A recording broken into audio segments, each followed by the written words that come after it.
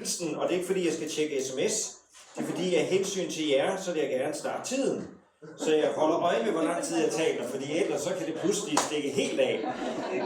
Jeg er simpelthen enormt privilegeret over at få lov til at være her. Det vil jeg gerne sige. Og jeg synes simpelthen, I er i en fantastisk kirke. Jeg kender Hedda og Karsten, jeg kender dem efterhånden igennem mange år. Og dengang de flyttede til Rønne, så tænkte jeg, spændende og alt muligt andet. Og så har jeg hørt historier fra, og jeg har virkelig glædet mig til at kunne være her en søndag. Og prædike og mærke og så videre. Og så har jeg boet i ugens løb inde i Hedda og Karstens hus. Og der er jeg stødt på Anders og på Mika et eller andet sted. Mika, han er et eller andet sted nu, men han var her lige før. Og Mikas venner og sådan ting jeg sagde. Og så har jeg virkelig fundet ud af, hold da op, hvor er der ufatteligt mange skønne mennesker. Så har jeg fundet ud af, at jeg kender nogle af jer. Jeg kender Morten, vi arbejder sammen på PL Beton. I Muleby. Jeg vil bare lige sige, altså hvis nogen af jer, der går på Kunstmuseet i Rø, så er det mig, der har støbt samtlige trapper ned til toiletterne. Det skal I bare tænke på, næste gang I går ned der til toiletten af Kunstmuseet. Jeg har støbt dem alle sammen med mine hænder. Ja, og så lidt forme og lidt af hvert sådan der. Ja, så der har vi været. Så er det også så heldig også, at der er nogen fra min fortid her på Bornholm, der er kommet. Michael kender jo alle sammen mig og Michael, vi har spillet band sammen. Rockband, det hed Revelation Band, og vi rykkede i Bornholm. Michael spillede keyboard, og jeg var forsanger, og så havde vi nogle andre, der spillede Christian Stage, og Kim, der spillede med. Og så har jeg også flere andre med fra fortidens dage. Jesper, Signe og Morten og Christian, Elisabeth og Sander og alle mulige andre. Hvor er det dejligt, at jeg kan få lov til at være sammen med jer. Og så har min kære søn og svigerdatter og også barnebarn med. Så der er fest i dag. Jeg vil sige, I er i en virkelig skøn kirke. Jeg sagde det til Helle før. Jeg kunne næsten ønske at sende samtlige præster herhen til den her kirke, så de kunne få en gudstjeneste her. Fordi det er de små detaljer, at man kan mærke en kirkes DNA. Det er de små detaljer, man mærker, okay, det her, det er det, der er vigtigt for den her kirke. Og noget af det, der er vigtigt for den her kirke, det er, at det skal være let at komme ind, at man skal blive en del af et fællesskab, at man skal kunne følge med i, hvad der nu sker, hvad der nu foregår. Det kan man mærke bare sådan noget som at vise programmet for gudstjenesten. Ikke? Det fortæller noget om, vi vil gerne sikre os, alle jer, der kommer her, at I ved, hvornår I kan komme ud og ryge. Altså det er da fantastisk. Det er jo det, kirke skal gøre, ikke? Altså kirke skal simpelthen have øje for det enkelte menneskes behov, og gøre det enkelt og nemt at komme til gudstjeneste osv. Jeg synes, det er så dejligt. Hedda og Karsten, tusind tak for jeres kæmpe arbejde og hjerte. Jeg er så dybt imponeret, og tak til jeres medledere, Morten og Gitte og alle andre gruppeledere og hele Mulle Tjavsen. Tak for det, I gør her. Det er simpelthen en stor fornøjelse. Nu skal jeg sige lidt om Frikirkenet, lidt om deres tale om tro. Ser vi en video, og så skal jeg prædike. Og jeg fatter mig i korthed. Jeg har en tendens til, når jeg skal sige meget, at jeg kommer til at tale bare hurtigt. Fordi så tror jeg, at jeg bare kan nå at sige så meget mere. Så hvis jeg nu gør det, er I ærlige mennesker? Meget ærlige. Fordybe det hjerte. Rå ærlige. Hvis jeg taler for hurtigt, så gør I sådan her. Og hvis de gør sådan her på forreste række, så er det ikke fordi, de har sådan et anfald, bare fordi de synes, jeg taler alt for hurtigt. Okay? Så, det er aftalen. Godt. Yes. Frikirkenet. Frikirkenet, det er en paraplyorganisation for alle frikirker i Danmark. Så alle frikirker i Danmark, hvad enten man er Vineyard, eller man er Pinsekirker, eller Baptistkirker, eller hvilken frikirke man nu end er, det vil sige, at man ikke er en del af folkekirken, men man er en del af en frikirke. I Danmark har vi folkeskoler og friskoler, og på samme måde så har vi folkekirke og frikirker. Og det, der kendetegner en frikirke, det er, at vi betaler selv tingene. Vi skaffer selv bygning, vi gør selv rent, vi betaler selv vores præster, giver dem lidt ekstra, og alt det der, det gør vi selv. Det er en frikirke. Og sammen så er Frikirkenet vores udenrigsministerium. Det vil sige, at hver gang der er en sag i medierne, så går jeg ind og ringer til journalisten og siger, hej, jeg kan se, I er i gang med at lave en dokumentarudsendelse på TV2 om det og det emne her. Er I nu klar over? Bla bla bla bla. Og så prøver jeg at give den der sådan balance for ligesom at sikre mig, at journalisterne, de rent faktisk også får en balanceret historie. Det kunne jeg tale jer masser af historier om, men så skulle vi have 2 timer til det alene. Også hvis der så det er sådan, det med medierne, det handler om at få skabt nu kommer der virkelig lyd på. Sådan. Det handler om at skabe øget synlighed for os som frikirker, for de gode historier i medierne og begrænse skaden af de dårlige. Så arbejder vi også med det, der hedder, med et meget, meget fint ord, så hedder det politisk interessevaretagelse. Kan I sige det? Politisk interessevaretagelse. Det er jo sådan, hvis I ikke taler i tunger, så gør I det nu. Men det er sådan meget simpelt. Det er, hvor at så snart der er et eller andet inde i Christiansborg, hvor der er nogle lovgivning, som på en eller anden måde kan ramme os, jamen så kontakter vi også politikerne og siger, har I nu også lige tænkt på, og har I nu også, er I opmærksom på det her, og hvad nu i stedet for, at I lige går sådan her, i stedet for sådan her, så rammer I ikke os, som I jo egentlig ikke vil ramme, men I rammer dem, som I gerne vil ramme. Det har vi gjort rigtig meget af, det kunne jeg også tale i 2 timer om.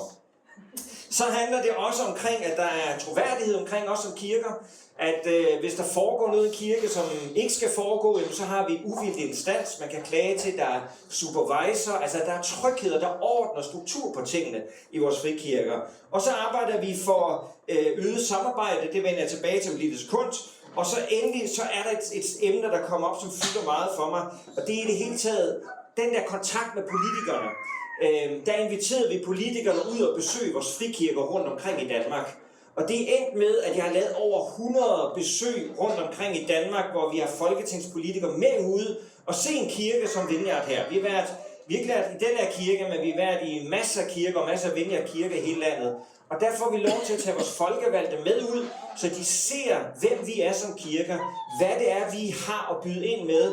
Og jeg kan fortælle jer, at det vi har at byde ind med, har vi så meget grund til at være stolte af.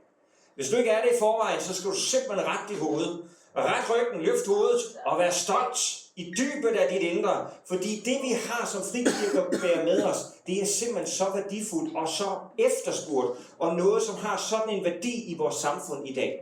For det er det, som Helle fortalte om lige før, det er jo, at vi jo faktisk lever i sådan en tid, hvor mange mennesker læner sig ind mod kristendommen. Der er en nysgerrighed, og der er flere og flere, der læner sig imod den, fordi vi lever i en tid, hvor mange af de store spørgsmål, vi erkender, at de der gamle svar, vi fik før i tiden, du skal bare drømme det, du skal bare tro på det, bare mærke efter ind i dit indre, så bliver det hele godt. Nej, det gjorde det altså ikke. Jeg mærker efter, men jeg kommer ingen vegne. Altså, det har vi fundet ud af, det duer ikke rigtigt. Vi har fundet ud af, at vi mennesker, vi er, for at citere vores kære konge, vi er forbundne og forpligtede. Det handler ikke bare om mig, men det handler også om os. Om de mennesker, jeg er sammen med, om det samfund, jeg er en del af, om den historie, jeg bærer med mig, om den tro, jeg har med mig. Og det er en erkendelse, som stadig flere mennesker får i vores tid, som gør, at stadig flere mennesker læner sig mod kristendommen. Og det mærker jeg også blandt vores politikere. I starten, da jeg lavede politikerbesøg, så hvis jeg havde en med fra Socialdemokratiet, så sagde de ret ofte, jeg er jo ateist, men jeg synes, det I gør her, det er rigtig godt. Det er der ingen, der siger mere.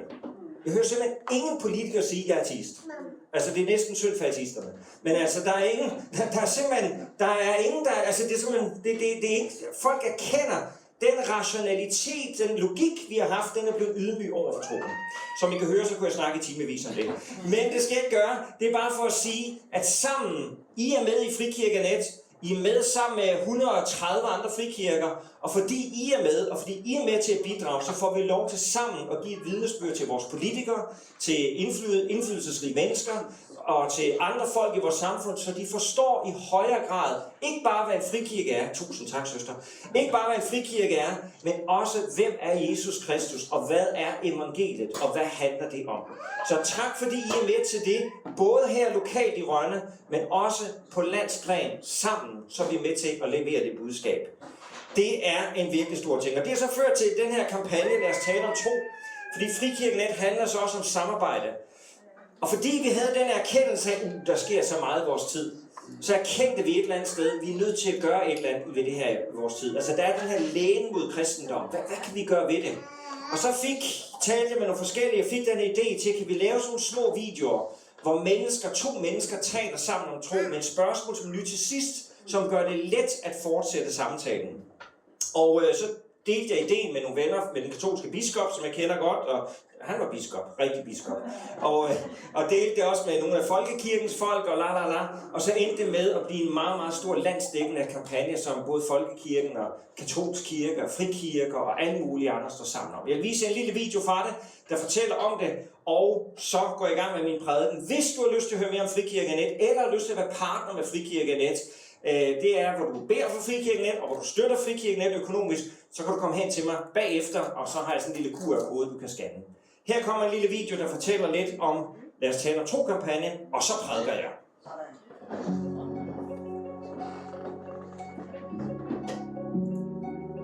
De fleste danskere vil faktisk gerne tale om tro.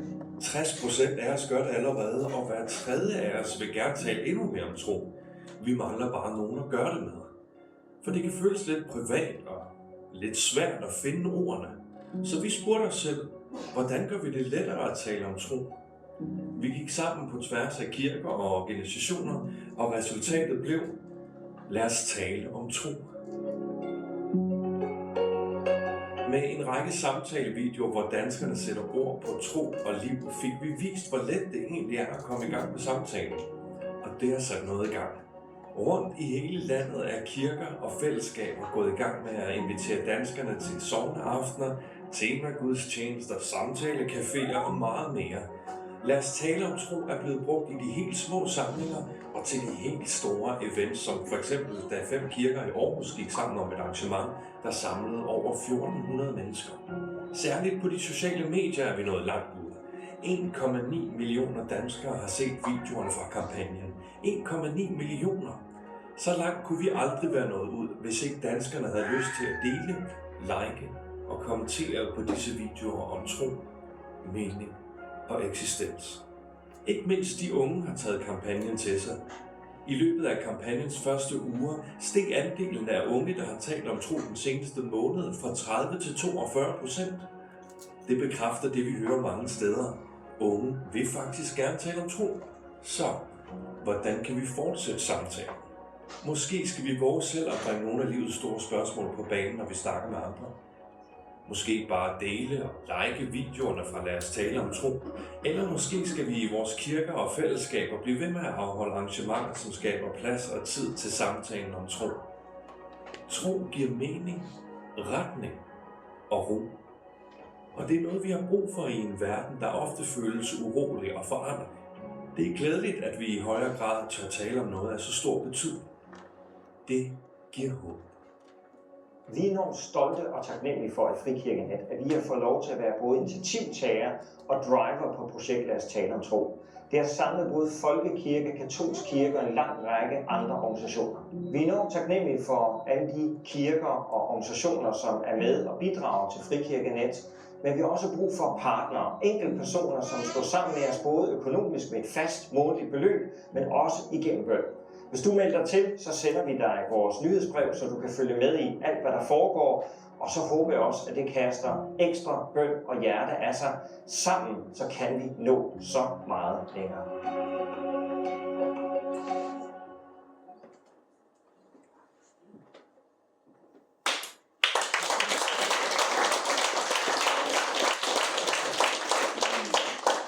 Ja, man bliver næsten lidt rørt, når man siger det. Især når man sådan lige ved, hvad der ligger bag og i historie og alt muligt andet, fordi der ligger så ufattelig mange historier. Det kunne vi også tale i 2 timer og mere. Amen. Det er påske. Påske søndag. Titlen for min prædiken i dag, det er Påsken, den burde skræmme os. Og hvis den ikke skræmmer os, så er det fordi, at vi ikke helt har opdaget, hvad påske egentlig er. Påsken skal skræmme os. Jeg arbejdede på et hjem for anbragte børn i USA på et tidspunkt, hvor jeg boede der.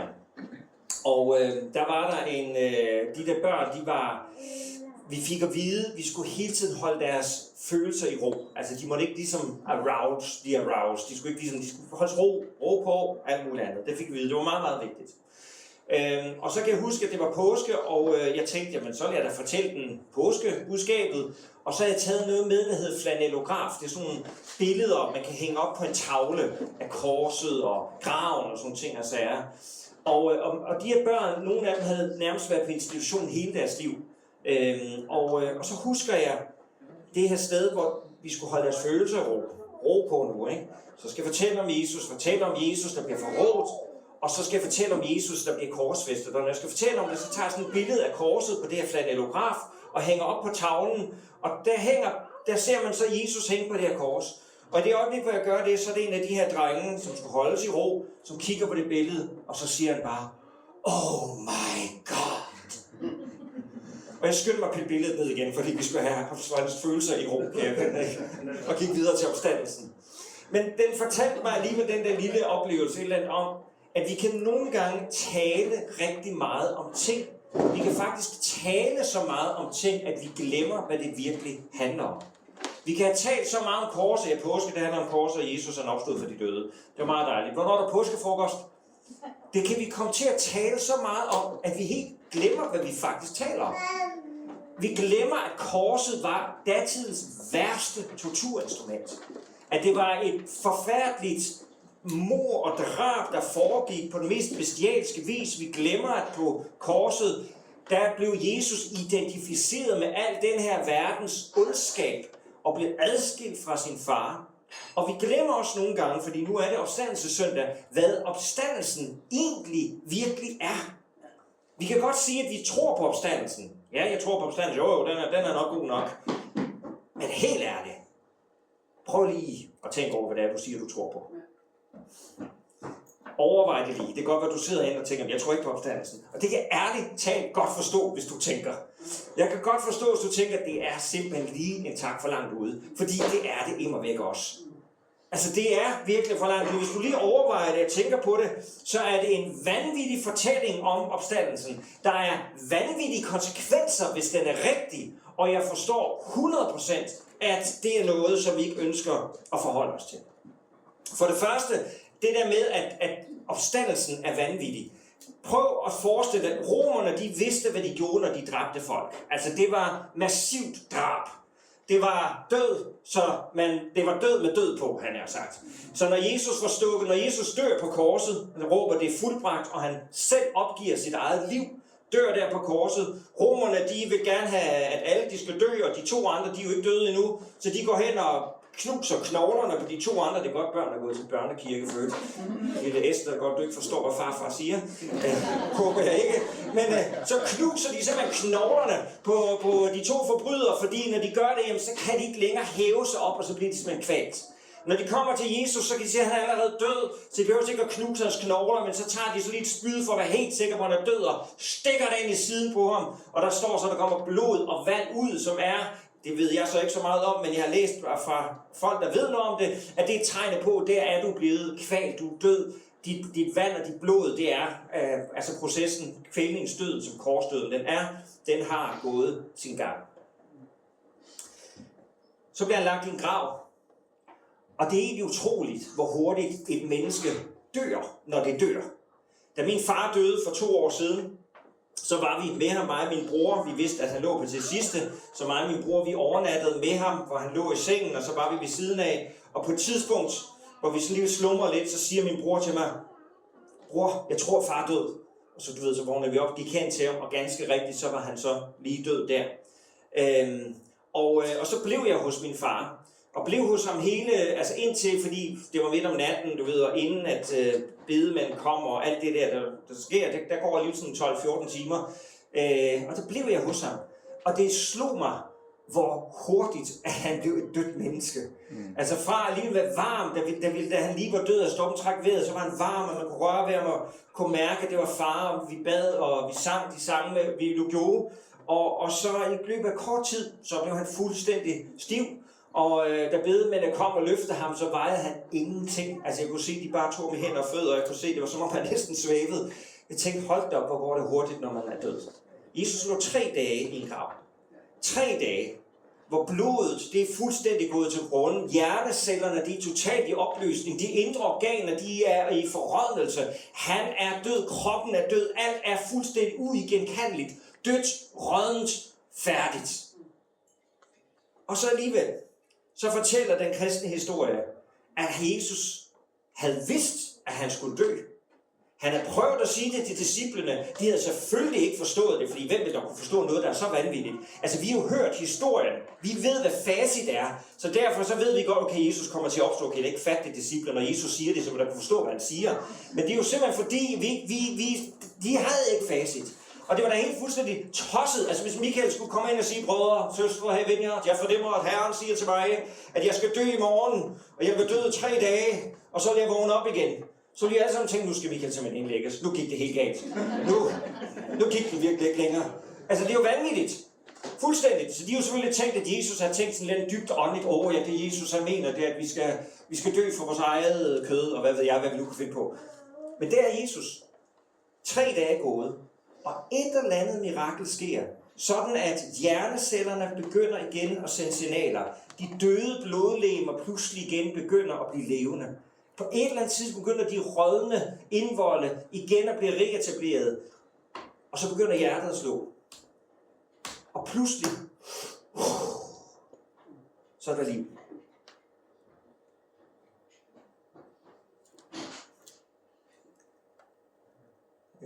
Jeg skal nok lade være med at bede om at række hånden op. Men det er jo vildt. Altså, det er jo vanvittigt. Bibelen den siger, hvis den kraft, som oprejste Kristus fra de døde, den bor også i jer, siger Paulus til de kristne i Efesos. Den samme kraft, som Gud brugte, da han skabte verden, da han skabte menneskene, den samme kraft, han brugte, da han rejste Jesus op, den samme kraft, siger Paulus, den er her. Vi har at gøre med en overnaturlig, guddommelig kraft, som ikke kan forklares med vores menneskelige logik. Vores rationalitet, den når sådan cirka herop til, ikke længere. Guds, den er uendelig. Og her må vi bare erkende, at der kommer vores rationalitet og vores forstand til kort. Vi må erkende her, der når vores forståelse ikke længere. Og vi må erkende, at det er simpelthen umuligt. Jeg kan huske, at jeg talte med Jens Grønkjær, som er en dansk forfatter, hvis nogen af jer kender hans bøger. Og jeg vidste, at han var gået fra at være ateist til at blive en kristen. Og jeg havde sådan et offentligt interview med ham på Folkemødet på Bornholm her. Og så siger han, så vidste jeg også, at han havde det svært med opstandelsen. Og så spørger jeg med det interview, så siger jeg så, Jens Christian siger så, hvordan har du det med opstandelsen? Og så siger han så, ja, siger han så, jeg må erkende, at jeg er fanget mellem 2 dilemmaer. Jeg er fanget imellem jomfrufødslen og opstandelsen. Jeg kan ikke forklare dem, men jeg er fanget imellem dem. Og se, det er jo det, som er kristendommen rigtig ofte, det er, vi er fanget mellem noget, vi ikke kan forklare. Noget, der er vildt, noget, der er vanvittigt, men alligevel noget, som er så ubeskriveligt virkeligt, at det har konsekvenser for os alle sammen. Så Jesu hjerte begynder at slå, hans krop bliver til, og da han står op af graven, så står han op som det gamle legeme, den gamle krop. Hans navlemærker er der, men samtidig så er det også en forvandlet krop. Det er også en krop, som er næsten mere fysisk end din og min krop. Det var en krop, der bar noget himmelsk med sig på en eller anden måde. Noget, der var noget helt sådan særligt. Så det var Jesus, men det var Jesus i en himmelsk udgave. Fordi på et tidspunkt, det kommer vi til. Det var Jesus i en himmelsk udgave. Lad os bare lige stå der. Så er det, at han først viser sig for Maria Magdalena og for de andre kvinder. Og det er jo bare typisk Jesus. Altså, der var nogle mennesker, som i datidens samfund, så skulle der 2 kvinder til at opveje en mands vidnesbyrd. Altså, hvis man havde en retssag, hvor en kvinde sagde, han slog mig, og manden sagde, hun slog mig, så troede man manden. Beklager kvinder, men sådan var det dengang. 2 kvinder til at opveje en mands vidnesbyrd. Der skulle også 2 hyrder til at opveje en mands vidnesbyrd. Og hvem er de første, der får at vide, at Jesus blev født? Hyrderne. Hvem er de første, der får at vide, at Jesus opstod? Det er kvinderne. Så det er kvinderne, der får at vide først, Jesus opstod. De ser graven er tom. Maria møder Jesus. Hun løber ind til disciplene, og disciplene sidder der, og bare prøv at forestille dig, de sidder der inde i et lukket rum. De er simpelthen bange for at blive arresteret. Og de sidder der bare dybt deprimeret, ikke? Hvordan kunne det ske? Hvorfor gjorde Jesus? Altså, vi sagde jo til, at man ikke skulle tage til Jerusalem. Hvorfor gjorde han det så? Altså, vi sagde jo, det var farligt. Hvorfor? Jeg glæder mig, siger Jakob, og jeg glæder mig til alt det der overstået, så tager jeg ud og fisker igen. Jo, de kommer til at grine af os derhjemme. De sagde jo, det var jer, der fulgte ham Jesus der. Det var så pinligt, det hele. Men hvordan kunne han dog gøre det? Og de sidder der, så pludselig så går døren op, og så kommer de her kvinder ind, helt vildt begejstrede. Helt vildt sådan, hvad er det? Hvad siger I for noget? Så tal dog, kvinde! Jeg ved ikke, om der er nogen, der nogensinde har sagt sådan. Og så får han sagt, han er opstået. Vi har mødt ham. Vi har talt med ham. Og de andre disciple der, jeg beklager, men altså, det viser deres mandsjuvenistiske indstilling på dette område, og datidens samfund, de tænker bare, det kan noget vrøvl. Altså, de har fået solstik, de stakkels kvinder, de længe så meget efter Jesus, og de ser syner. De tror ikke på, hvad kvinderne fortæller, selvom det er deres gode venner, som de har stor respekt for. That's life. Og så tænker de, det er jo ikke plads. Det er noget mærkeligt noget, men alligevel 2 af dem stikker trods alt ud for at se, fordi de snakker de der kvinder, de insisterer på, at det rigtige graven er tom. Så Peter og Johannes, de løber afsted ud til graven, og når de kommer ud til graven, så er den grav tom. Og Peter, den første, der kommer der, går ind og kigger og siger, graven, den er godt tom, og ligeklædet ligger der, det er jo godt nok vildt der. Peter går derfra og tænker, hvad betyder det her? Og så kommer Johannes, den anden Jesu disciple ind, og når Johannes ser det, så tændes lyset. Wow, det var jo det, han mente, Jesus. Han er jo opstået. Det er jo virkeligt. Det var jo det, han mente, når han hele tiden sagde, at han skulle dø og skulle opstå efter 3 dage. Det er jo det, han mente, men han var Guds søn. Ikke bare sådan en lille Jesus Messias i vores forståelse, men Gud. Der gik lyset op for Johannes. Og han forstod det. Lidt senere er der 2, der på vej mod Emmaus, en landsby, der lå ved siden af. Og Jesus møder også dem, de kan ikke genkende ham i første omgang, fordi der står, at deres øjne blev holdt lukket, så de ikke kunne se ham. Og så byder de ham ind, for han fortæller dem om, ja, det når vi ikke. Vi er ikke 2 timer til den her prædiken, trods alt. Men de opdager, Jesus er opstået. De løber tilbage til de andre disciple, og så siger de, det er virkelig rigtigt, Jesus er opstået. Og så må de der hårdnakkede disciple, Peter må jo kende, jamen graven den er jo tom, og Johannes han stråler bare, Jesus er opstået. Og Emmausvandrerne, de fortæller, Jesus er opstået. Kvinderne, de siger også bare, halleluja. Og alle de andre disciple siger, hvad sker der? Altså, hvad er der? Hvad er op og ned? Og hvad skal vi gøre? Så kommer vi til det her skønne skriftsted. Mens de talte om dette, så stod han midt i blandt dem. Og han siger til dem, fred være med jer. De blev bange og forfærdet. Det er det med påsken. Den er altså skræmmende, hvis vi virkelig tænker over, hvad påske er. De blev bange og forfærdet og troede, det var en ånd, de så. Men han sagde til dem, hvorfor er I rystet? Hvorfor kommer der tvivl i jeres hjerter? Se på mine hænder og fødder, det er mig. Føl på mig og se. En ånd har ikke kød og knogler, som I ser, at jeg har. Og da han har sagt det, så viste han dem sine hænder og fødder. Og da de bare glæde stadig ikke kunne tro, men de undrede sig, så spurgte han dem, har I noget at spise her?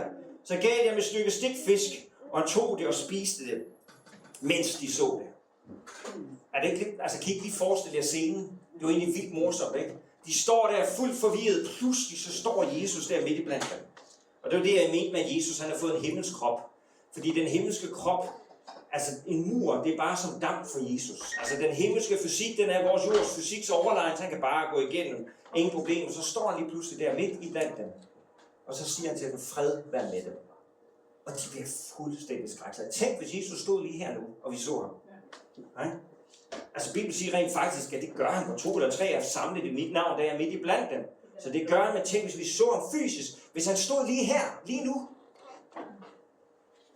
Jeg kender nogen, der har set Jesus. Jeg har ikke selv gjort det. Men det, de beskriver, det er, at det er en ubeskrivelig oplevelse. De beskriver, at det er en kærlighed, som man ikke kan sætte ord på, som strømmer ud fra ham. At det er en dimension af forståelse, som vi ikke kan begribe på en eller anden måde, fordi det er himmelsk, vi er jordisk. Vores forstand er her, den himmelske, den er uendelig. Der står Jesus lige foran dem. Og pludselig, så begynder de at dæmme og forstå, at Jesus er virkelig. Og jeg synes, det er så sjovt med den der fisk. Altså, de er jo fuldstændig sådan lammede.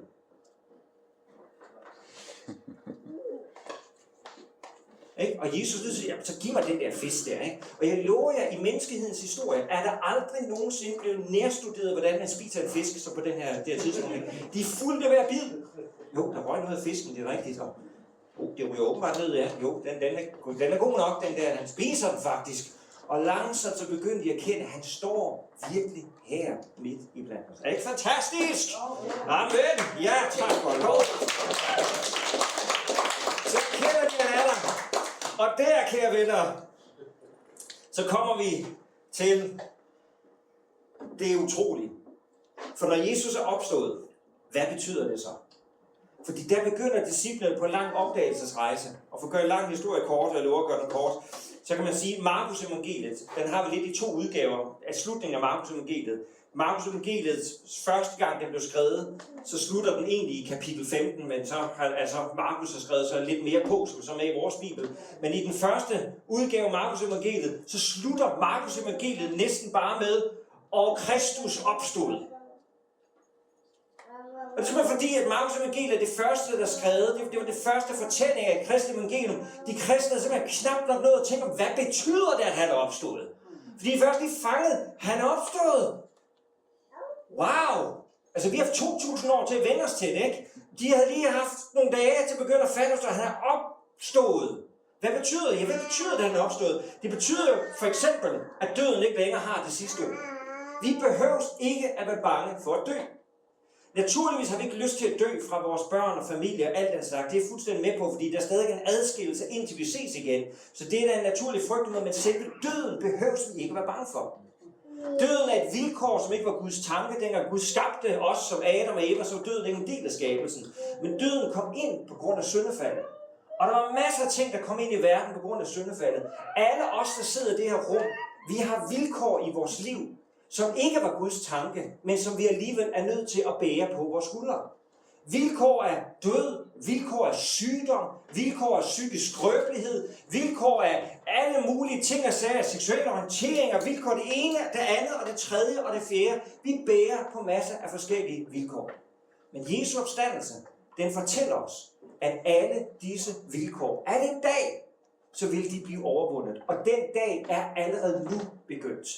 At allerede nu i dag, så kan så vil de vilkår, der har ikke været Guds tanke, der er de allerede tabt på sin vis. Det betyder ikke, at for eksempel psykisk skrøbelighed bare forsvinder som dug for solen, men det betyder, at der er håb. Det er ikke sådan, vi var skabt. Og det betyder, at Kristi ånd arbejder i os, og der sker noget i os, og det kan godt være, at vi må humpe lidt på vej på himlen. Det kan godt være, at det ikke bare går sådan her frem til himlen. Det kan godt være, at vi falder lidt og sådan halter lidt. Men det går den vej mod himlen. Det går den vej mod det, der varer evigt. De der vilkår, de skal ikke definere vores liv, uanset hvilke vilkår der er. Selv døden skal ikke definere vores liv. Alle mulige vilkår skal ikke definere vores liv, fordi Kristus er opstået.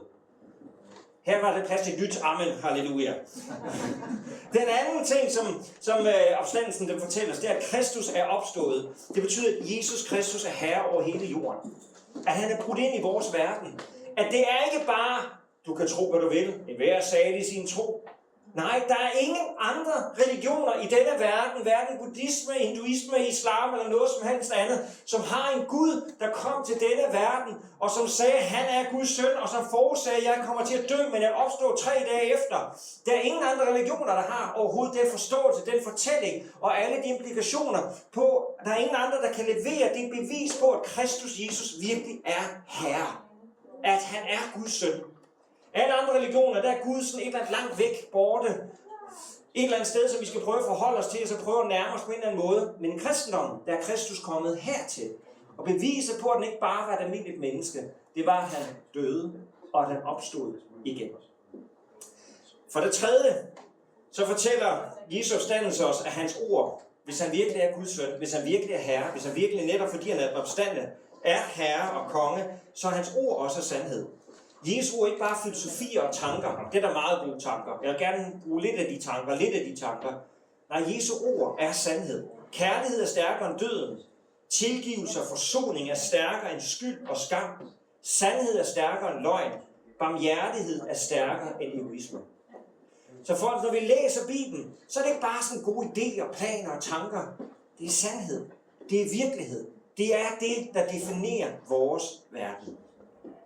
Der er nye spilleregler. Det er ikke længere den stærkeste, der er den, der bestemmer. Det er ikke længere den, som bare tror, at han kan manipulere med alle andre, og så går det ham nok godt. Nej, det er den, der elsker. Det er den, der tilgiver. Det er den, der er barmhjertig. Det er den, som kommer til at sejre. Fordi Kristus har vist, at det er det stærkeste. Der er nogen af os, der tænker, det er simpelthen for meget. Og nogle gange med opstandelsen, så kan man tænke på, at det er jo bare en religiøs historie. Altså det er simpelthen for meget, ikke? Og nogle gange det der med en religiøs historie, så propper vi det ind i sådan en lille kasse, hvor vi siger, at opstandelsen, den hører til i den der lille religiøse. Det er bare der er så mange religiøse historier. Men hvis vi bare gør det til en religiøs historie, så har det ikke betydning for det virkelige liv. Men for disciplene, der havde det her virkelig betydning. De troede på, at det var sandt.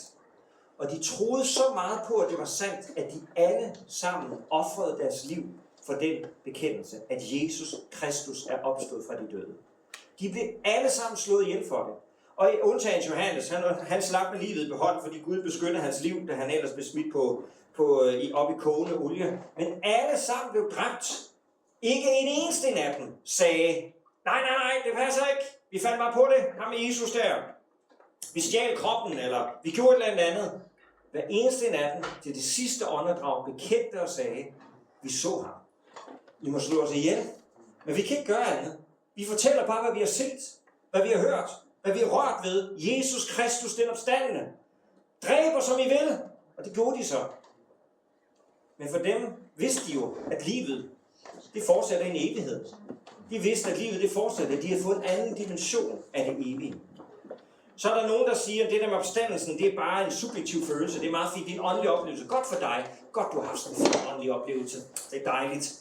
Og så gør vi det til sådan en lille fin ting, som vi bare er noget inde i os selv. Men husk på, at opstandelsen, den var fysisk. Det var ikke bare en indre åndelig oplevelse. De så Jesus, de rørte ved ham, de spiste ham. Han havde kød og knogler, som man sagde før. For det andet så var det en fælles oplevelse.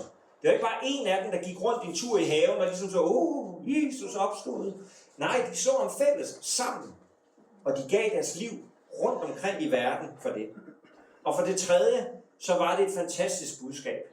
Det var faktisk så fantastisk, at disciplene, de kaldte det her budskab for evangelium.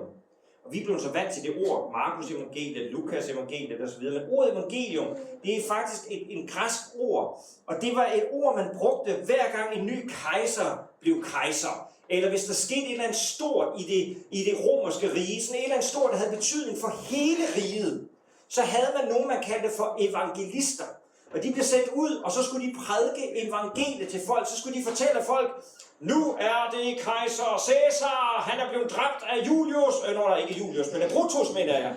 Og derfor, så er det nu ikke længere ham, der er kejser. Og det er jo konsekvenser for alle, fordi man skulle lige vide, hvem har magten i Rom, fordi det havde betydning for, hvordan skulle man så orientere sig. Så hver gang der skete noget stort, så var det evangelium. Og det var det, som disciplene, de kaldte det med Jesu opstandelse. For det havde nemlig konsekvenser for alle mennesker. Hver eneste menneske ud over hele jorden. Kristus er opstanden. Det er nok den mest revolutionerende sætning, som vi kan tage i vores mund. Det er skræmmende. Påsken er skræmmende, fordi det er en helt vild historie. Og konsekvenserne er helt vilde. Det er en helt ny spilleplade, som vi har fået. Men det er også en fantastisk historie. Uanset hvad du og jeg står med af vilkår i vores liv, så er det ikke længere dem, der skal definere os. Fordi Kristus har overvundet dem. Selv døden har han overvundet. Han er virkelig Guds søn. Han vil os. Han kom herned til denne jord, fordi han ser dig, og han ser mig. Hans ord er sandt. Og derfor er der ikke noget større, som du og jeg kan gøre, end at sige, Herre Jesus Kristus, ja sandelig, du er opstanden. Og vi kan sige sammen med de første kristne, Jesus Kristus er Herre. Fordi når vi bekender den her mund med vores mund, Jesus Kristus er Herre, så bekender vi, du er den opstandne. Du er Herre. Dit ord er sandhed. Og dig vil jeg følge til en evig tid. Den bekendelse, det giver et håb, som begynder nu og strækker sig ind i evigheden. Lad os bede sammen.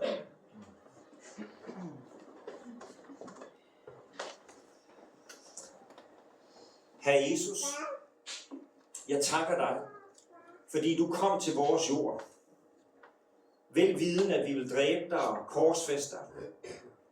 Men at du samtidig også vidste, Herre, at du vil blive rejst op igen på den tredje dag. Tak, himmelske Far, du rejste din søn op. Og tak med den opstandelse, så ved vi, at alt det, som ikke er født af dig, alt det, som ikke er skabt af dig, alt det, som er kommet af anden vej, at det ikke har magten. At det ikke er det, der skal definere os, og det ikke er det, der skal lede os. Men tak, Jesus Kristus, at uanset hvad vi måtte stå med i vores liv, så kan vi den her påskesøndag bekende, at ligesom du er opstået fra de døde, sådan kan vi vide, at din kraft, den er i os. Og det ikke er noget som helst andet, der skal definere vores liv, men kun dig, dit ord, din sandhed, at du er Herre, at din kærlighed, den er stærkere end skylden og skammen og alt muligt andet. Herre, det takker jeg dig for. Og jeg beder for os, der er samlet her lige nu i dag. Jeg beder sådan noget med din Helligånd, det må røre ved os lige der, hvor vi sidder. Du kender vores historie, du ved, hvor vi kommer fra, du ved, hvad vi bærer med os. Og jeg beder dig om, far, alt det, der trænger til helbredelse i vores liv. Alt det, der er smerte og livssmerte og hårde ting. Vi beder dig om, Herre, den opstandelseskraft, som blev forløst for 2000 år siden, Herre, på påskesøndag. Det beder vi om den opstandelseskraft ind i hver enkelts liv, lige her og nu. Hvor vi end kommer fra, hvilke historie vi end bærer med, så beder vi om, at den opstandelseskraft, der kan forvandle et dødt menneske til et levende Kristus. Så beder vi om, Herre, på samme måde vil forvandle den smerte, som der vi bærer rundt på i vores liv. Og forvandle det i stedet for til noget, som kan blive noget, der kan blive en hjælp eller en støtte, eller på en eller anden måde, der bliver forvandlet til noget, der giver liv, i stedet for at det tager liv. Herre, det beder vi om i Jesu Kristi navn. Og bare mens alle vores øjne er lukket, så kunne jeg godt tænke mig lige at give mulighed for,